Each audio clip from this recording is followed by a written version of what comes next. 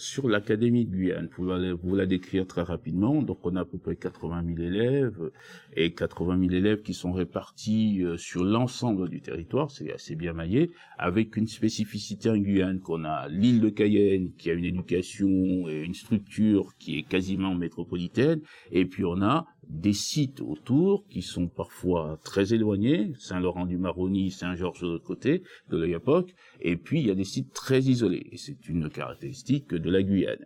Et donc l'organisation de l'éducation dans ces conditions-là fait qu'il y a des temps d'éducation, des contextes éducatifs qui sont très différents d'un endroit à l'autre du territoire. Je vais prendre un tout petit exemple. Si je vais dans la région de Maripasoula, où il y a des élèves qui se déplacent pour aller à l'école ou au collège en pirogue, les temps de transport en pirogue sont entre 2 et 4 heures, ça dépend du moment de la saison. Ça veut dire quoi? Pour que tout le monde se mette ça dans l'esprit, la circonscription de Maripasoula, c'est à peu près l'Île-de-France. Et donc les élèves doivent se déplacer dans l'Île-de-France en pirogue pour aller à l'école. Donc ça oblige à avoir une organisation de l'école qui est différente. Et dans le même temps, la difficulté, c'est qu'évidemment, on n'est pas très attractif, c'est sur ces sites-là en termes de personnel enseignant. Donc il faut trouver les moyens incitatifs pour faire en sorte que les personnels enseignants y aillent. Et donc, vous voyez bien que ça a des incidences directes sur l'éventuelle qualité de l'éducation. Et c'est dû à quoi? Parce que les personnes qui y vont sont souvent des jeunes contractuels. Et donc, ça nous oblige, nous, à être extrêmement vigilants sur la formation de nos personnels, sur la formation des personnels que l'on envoie sur ces sites-là, parce que, bien entendu, pour des raisons d'égalité que tout le monde comprend, des raisons d'égalité des chances que tout le monde comprend, il est évident qu'on est obligé d'avoir des adaptations. On ne peut pas faire de la même façon, la pédagogie est la même, la norme pédagogique est la même, bien entendu. On ne peut pas aller contre cette norme-là, on peut pas négocier cette norme-là, mais dans le même temps, l'organisation de la classe, l'organisation de l'enseignement, l'organisation de la communauté éducative est forcément contingente de la nature de l'isolement sur ces sites. Donc, la spécificité de notre académie, comme vous savez, la Guyane, de toute façon, dans son ensemble, a une population extrêmement jeune, c'est-à-dire qu'aujourd'hui, 25% de la population est en dessous de l'âge de 25 ans, je crois. Et donc, face à cela, on a des dynamiques démographiques qui sont très fortes.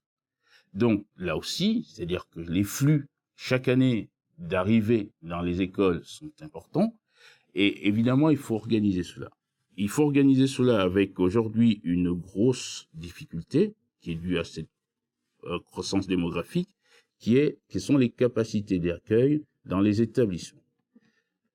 Le plan d'urgence Guyane nous a permis d'avoir en perspective à 4-5 ans des constructions scolaires, que ce soit des lycées, des collèges et des écoles primaires. Mais en attendant, aujourd'hui, une spécificité, c'est-à-dire un vrai enjeu de l'organisation de l'éducation en Guyane, c'est que, évidemment, les capacités d'accueil sont sursaturées.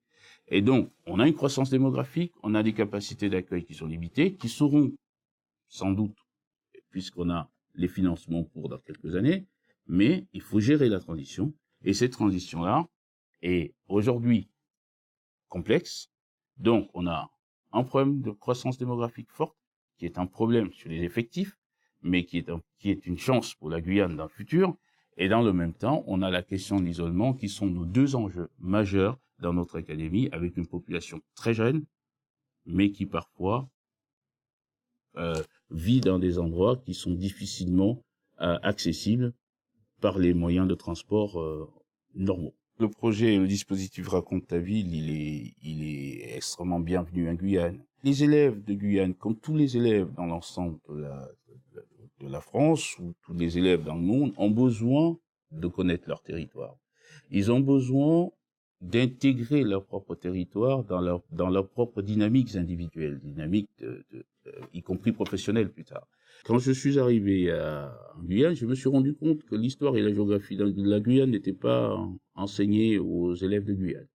Donc je pense on va commencer par là, et que c'est fondamental. Donc le dispositif en question participe de cela, participe de la valorisation du territoire par les élèves eux-mêmes de la Guyane, et parce qu'ils arrivent à valoriser leur territoire, parce qu'ils le connaissent, ça permet de mieux le connaître et ça permet à eux-mêmes de se positionner par rapport à cela, positionner au sens où trouver les ressources dans son imaginaire territorial pour pouvoir se construire en tant que citoyen. C'est fondamental, de mon point de vue. La poussée démographique peut être une contrainte de court terme, mais c'est vrai que la chance de la Guyane, la chance au sens premier du terme, c'est vraiment sa démographie et sa jeunesse. Mais il dépend maintenant de nous de faire en sorte que les scénarios qui pourront être décrits dans le futur soient les meilleurs. Et comment faire en sorte que ces scénarios soient les meilleurs? Tout simplement en nous assurant que cette jeunesse-là, qui sera de plus en plus nombreuse, sera bien formée. Mieux elle sera formée, et mieux la Guyane se portera demain. Et je pense qu'il n'y a pas 36 façons aujourd'hui de penser la Guyane demain. C'est simple, elle a une richesse qui est forte, c'est sa jeunesse, sa poussée démographique. La Guyane de demain ressemblera à ce qu'on aura fait dans les 10 ans qui viennent de l'éducation des enfants de la Guyane. C'est pourquoi je suis extrêmement fier dans la position dans laquelle je suis là, en Guyane aujourd'hui, en tant que recteur, parce que c'est un vrai défi. C'est un vrai défi en termes de prospective, de moyen long terme de la Guyane. Tout se joue actuellement sur la qualité de la formation, sur la qualité de l'éducation qu'on pourra donner aux élèves, avec bien entendu, je n'ai aucun doute sur le fait qu'à cet horizon-là, les infrastructures seront construites. Donc ce ne sera plus une question d'infrastructure. Ce qui sera la question, c'est la compétence, c'est la formation. Et qu'on est obligé d'y réfléchir et qu'aujourd'hui, on est obligé de considérer, c'est pas parce que j'en suis le recteur, de considérer que le moteur du développement de la Guyane demain, il n'y en a qu'un. Le vrai moteur, c'est l'éducation.